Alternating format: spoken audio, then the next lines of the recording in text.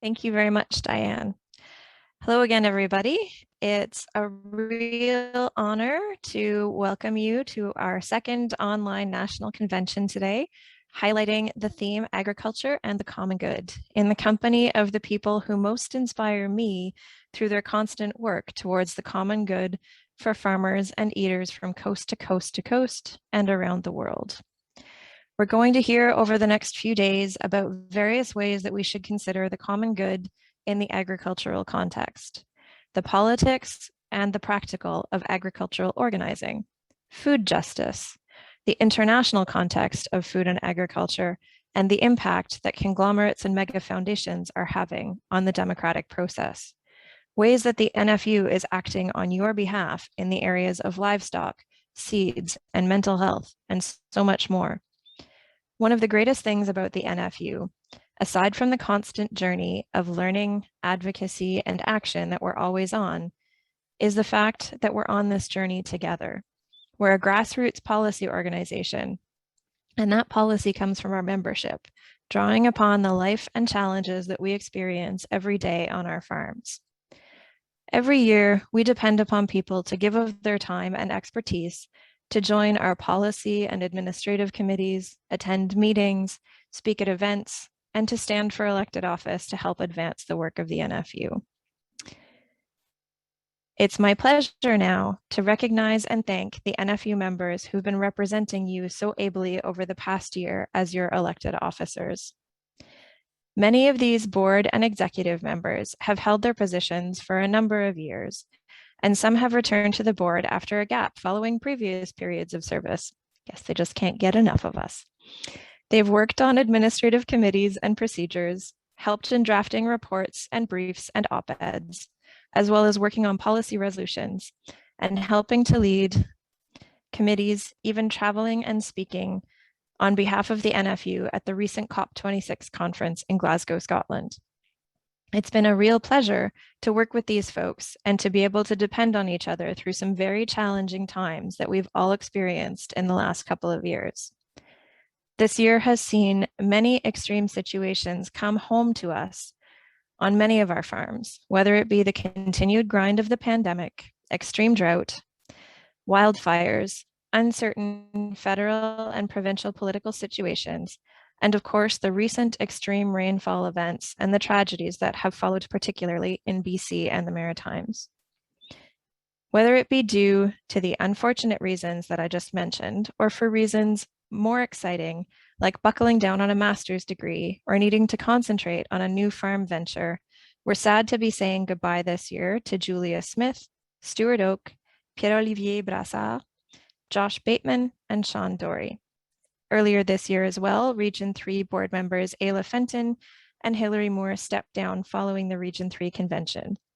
And I wanted to make sure that I didn't miss the opportunity to thank them as well for their years of service. You all have my gratitude. Even though we're a grassroots organization with a working board and policy committees made up of members and supported by associate members, we would be hard pressed to be even a tenth as effective as we are without our incredible staff contingent. These hardworking individuals answer the phone when you call with a membership question, or they support the committee you participate on, or they draft reports that get the attention of federal ministers for programs that affect you on your farm, or they handle the details that keep the wheels turning and get the word out to our members about the hot topics of the day. I want to highlight Suzanne and Krista as well. They oversee the affairs of the New Brunswick and Ontario offices, including another great group of staff and interns in the Ontario office. And I want to make sure to highlight them as well for folks who may be more familiar with the faces at the national office. We've got a stellar team backing up our efforts and initiatives, and I'm very grateful to all of them. We also have a new crop of farmer interns working with us this winter, and if you haven't heard from them yet, well, you probably will soon. They're working across the country on membership, outreach, and organizing, bilingual communications, climate policy and action, and our parliamentary engagement strategy. We're very glad to have them on the team for the winter. So this would be a great time for those of you who've joined the Zoom online to find the tab that's probably at the bottom of your screen, and that's Reactions tab. And please give these folks a hand with the clap icon or to celebrate anything that shows how much we really should be celebrating all of these fine folks. Board and executive members, staff and interns, they really walk the talk of agriculture and the common good. And I'm proud to follow in the great example they set. We're going to hear a lot of news about our policy and action committees in a little while, but I'd also like to take a moment to sing the praises of our Editorial Advisory Committee and our HR and Admin Committee.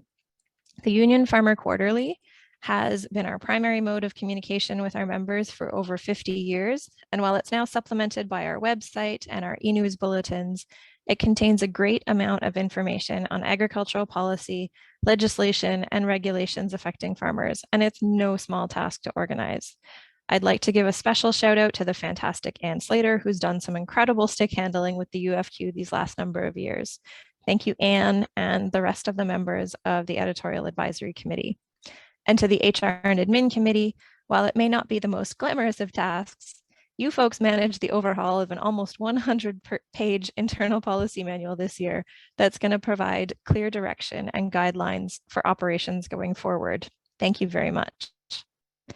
And while I'm on the topic of administration, I'm also very pleased to announce to you all that the NFU and NFU New Brunswick have successfully concluded a new 5-year memorandum of agreement this year as part of our responsibilities under New Brunswick's stable funding legislation for farm organizations.